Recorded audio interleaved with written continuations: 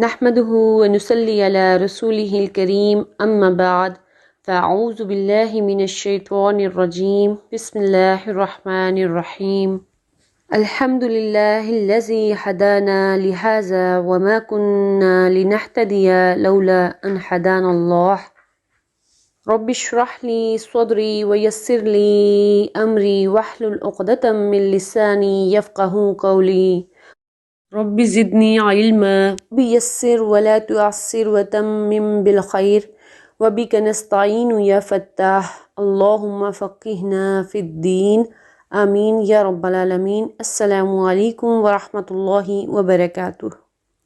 کیسے ہیں آپ سب لوگ؟ امید کرتی ہوں کہ ایمان اور صحت کی بہترین حالت میں ہوں گے۔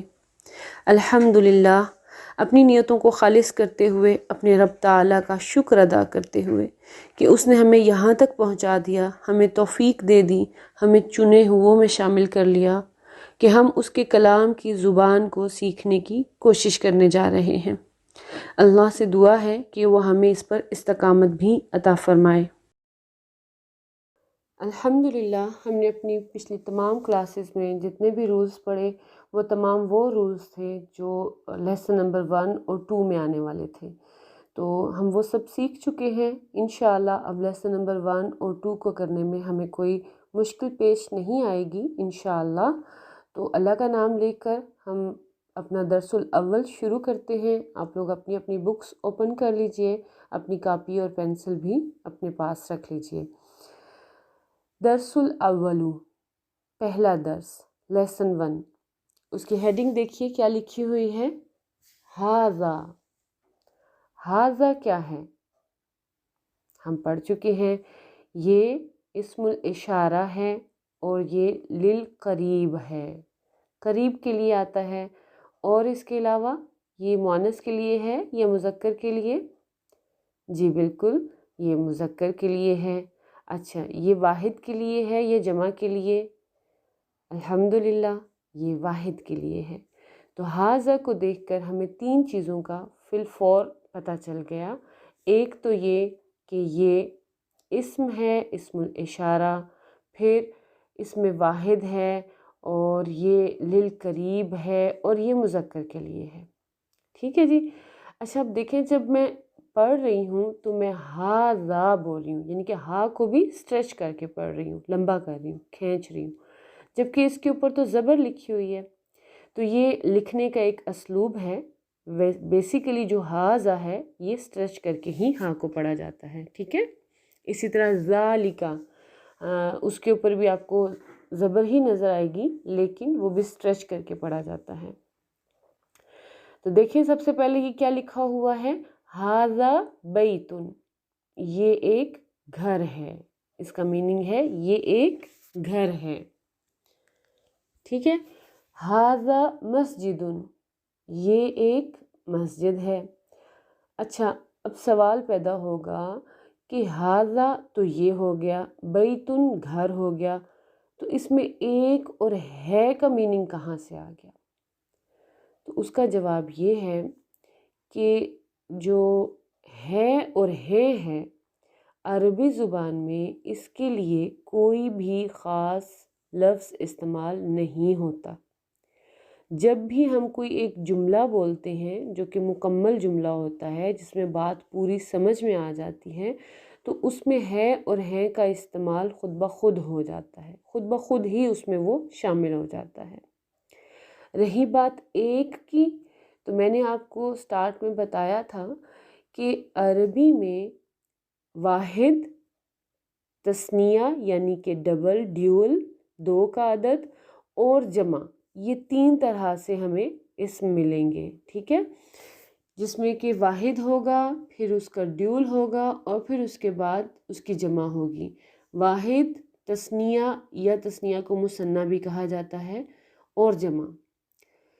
جو تثنیہ ہے اور جمع، ان کے اپنے خاص پیٹرن ہیں، وہ ایک خاص طریقے سے بولے جاتے ہیں اور پڑھے جاتے ہیں۔ ان کو دیکھ کر ہمیں، ان کے وزن کو دیکھ کر، ان کے پیٹرن کو سمجھ کر ہمیں پتہ لگ جاتا ہے کہ یہاں پہ 2 کی بات ہو رہی ہے یا جمع کی بات ہو رہی ہے۔ تو ایک اسم یا تو واحد ہوگا